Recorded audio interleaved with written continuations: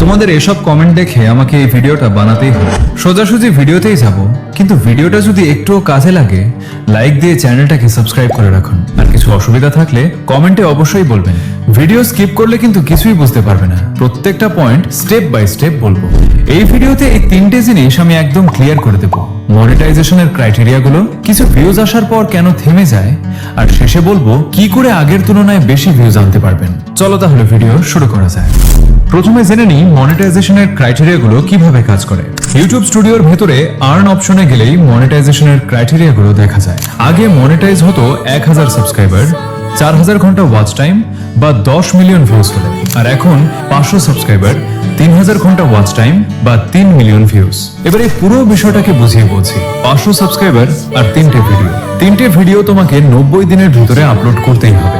এখানে নিচে দেওয়া আছে লাস্ট 90 ডেজ। আর 500 সাবস্ক্রাইবার তুমি যখন খুশি করতে পারো। এবার এই যে 3000 ঘন্টার ওয়াচ টাইম আর 30 লাখ ভিউজ, এই দুটোর মধ্যে যে কোনো একটা তোমাকে করতে হবে। 3000 ঘন্টা ওয়াচ টাইম মানে কি? এটা লং ভিডিওর দ্বারাই সম্ভব। ধরুন আপনার ভিডিও 10 মিনিটের, যদি 60 জন মানুষ আপনার ভিডিওটা পুরো 10 মিনিট দেখে, তাহলে মোট ওয়াচ টাইম হবে 10 মিনিট গুণ 60 জন সমান 600 মিনিট। আর 600 মিনিট মানে 10 ঘন্টা ওয়াচ টাইম। এইভাবে আপনাকে 3000 ঘন্টা পূরণ করতে হবে। আর এটা আপনাকে করতে হবে লাস্ট 365 ডেজের মধ্যে। আর 365 দিনের মধ্যে মানে এই নয় যে ডেট পারিয়ে গেলে আর কোনোদিন মনিটাইজ হবে না। ধরো তুমি ফেব্রুয়ারি, মার্চ, এপ্রিলে মোট 3টে ভিডিও আপলোড করেছো। আর 3টে ভিডিওর মধ্যে ফেব্রুয়ারির ভিডিওতে 500 ঘন্টা, মার্চের 200 ঘন্টা, এপ্রিলে 300 ঘন্টা, মোট 1000 ঘন্টা। এবার যখন আবার ফেব্রুয়ারি মাস আসবে তখন সেই 500 ঘন্টা হিসাব থেকে মুছে যাবে। এইভাবে যে মাসে ওয়াচ টাইম হয়েছিল সেটা 1 বছর পূরণ হয়ে গেলেই মুছে যাবে। এবার বলি 30 লাখ ভিউজের ব্যাপারটা। এটাও একই ধরনেরই হবে। কোন একটা ভিডিওতে যদি 10,000 ভিউজ আসে এবং তার পরের দিনের ভিডিওতে 30,000 ভিউজ আসে, তাহলে প্রথমে 10,000 ভিউজের ভিডিওর 90 দিন শেষ হয়ে গেলেই 10,000 উঠে যাবে এবং দ্বিতীয় ভিডিওর 90 দিন শেষ হয়ে গেলেই 30,000 উঠে যাবে। এরকম যতগুলো শর্টস ভিডিওর ভিউজ থাকবে সেই ভিডিওগুলোর 90 দিন শেষ হয়ে গেলেই সেই ভিউজগুলো হিসাব থেকে বাদ হয়ে যাবে। আশা করি ব্যাপারটা বুঝতে পারছো। ওয়াচ টাইম লং ভিডিওর ক্ষেত্রেই যোগ হয় আর ভিউজ যোগ হয় শর্টস এর ক্ষেত্রে। আর উপরে এই যে ডেটটা দেখাচ্ছে ওই ডেট অনুযায়ী এখানে ভিউজ কাউন্ট হবে। এই ডেটটা সাধারণত 1 সপ্তাহের মতো পিছিয়ে থাকে। যেই ডেটে তোমার ভিউজ এসেছে ওই ডেট এখানে দেখালে ওই দিন দুপুর 12টার পরেই ভিউজ যোগ হবে। আর নিচের ক্রাইটেরিয়ার ক্ষেত্রেও একই। 1000 সাবস্ক্রাইবার যখন খুশি করতে পারো, 4000 ঘন্টা ও 10 মিলিয়ন ভিউজ আগের নিয়মের মতোই হবে। উপরের গুলো পূরণ হলে তুমি এই 3টি জিনিস পাবে, তাই এটাকে হাফ মনিটাইজেশন বলা হয়। আর নিচের গুলো পূরণ হলে এই দুটো জিনিস পাবে। এটাই হলো মেইন মনিটাইজেশন। আশা করি মনিটাইজেশনের ক্রাইটেরিয়া গুলো সবাই বুঝতে পেরেছো। এবার যাই পরের টপিকে। কিছু ভিউজ আসার পর কেন থেমে যায়? এই বিষয়টা অবশ্যই মন দিয়ে শুনবে। দরকার হলে নোটপ্যাডে লিখে নেবে। 50 থেকে 70% মানুষের 1000 বা 2000 ভিউজ আসার পর থেমে যায়। এর মূল কারণ হলো তোমার প্রথমের ভিডিওগুলো। মানে তুমি যখন প্রথম চ্যানেল খুলেছিলে তখন প্রথম যে 3-4টে ভিডিও আপলোড করেছিলে সেটাই মূল। সেখান থেকেই বোঝা যায় তোমার চ্যানেল তাড়াতাড়ি গ্রো হবে না আস্তে আস্তে গ্রো হবে না দেরিতে গ্রো হবে।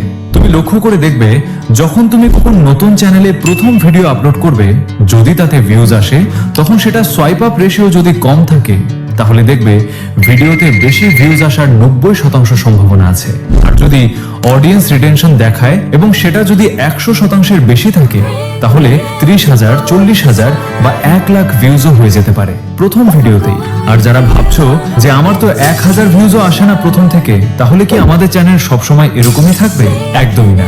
ইউটিউব যে কোনো দিনই তোমার যে কোনো একটি ভিডিও ভাইরাল করে দিতে পারে আর সেটা থেকেই মনিটাইজেশন চলে আসতে পারে। এবার অনেকে ভাবছো তাহলে তো আমাদের টাইম নষ্ট। একদম। তোমার ভিডিওতে দম থাকলে খুব শীঘ্রই ভাইরাল হবে। কেউ যদি গেমের ভিডিও করো, কেউ যদি রান্নার ভিডিও করো, এইগুলোকে ইউনিক বানাও। তুমি যেই বিষয়ে কাজ করো না কেন প্রথম থেকে ইউনিক ভাবে করবে বা আস্তে আস্তে ইউনিক ভাবে করার চেষ্টা করবে। তার মানে ভিডিওতে ভিউজ থেমে যাওয়ার মূল কারণ হলো তোমার অডিয়েন্স। প্রথমের অডিয়েন্স যদি দেখে এবং সেটা আরো 5 জনের কাছে গেলে তারাও যদি দেখে, তখনই ভিডিও ভাইরাল। এবার বলি ভিউজ আগের তুলনায় কিভাবে বেশি আনতে পারবে। প্রথমে বলি এগুলোর মাধ্যমে কিন্তু ভিডিও ভাইরাল হয় না।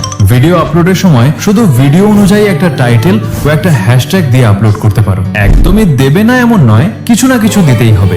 ভিউজ আগের তুলনায় ভালো আনার জন্য এই 6টি জিনিস ভিডিওতে ব্যবহার করবে। এটা শর্টস এর জন্য বলছি। 1 নম্বর, প্রথম 2 থেকে 3 সেকেন্ডে হুক ব্যবহার করবে। এমন কিছু বলবে যাতে ভিউয়ার থেমে যায়। 2 নম্বর, ভিডিও ছোট রাখুন, আপাতত 20 থেকে 30 সেকেন্ড। 3 নম্বর, ভিডিওতে এমন কিছু বলবে যাতে মানুষ লাইক, কমেন্ট, শেয়ার করে। প্রশ্ন করতে পারো। 4 নম্বর, ট্রেন্ডিং মিউজিক ব্যবহার করবে। 5 নম্বর, একই টপিকে ভিডিও বানাও। একদিন গেমের ভিডিও, একদিন লাভ স্টোরি, এরকম মিক্স কন্টেন্ট আপলোড করলে চ্যানেল ফ্রিজ হওয়ার সম্ভাবনা থাকে। 6 নম্বর, নিয়মিত ভিডিও আপলোড করার চেষ্টা করো, বিশেষ করে যাদের শর্টস এর চ্যানেল। যাদের ভিউজ কম আসে তারা এগুলো ব্যবহার করবে, আর যাদের কন্টেন্টে দম আছে তাদের এগুলো ব্যবহার করতেই হবে এমন নয়, অটোমেটিক গ্রো হয়ে যাবে। আশা করি তোমরা বুঝতে পেরেছো। নেক্সট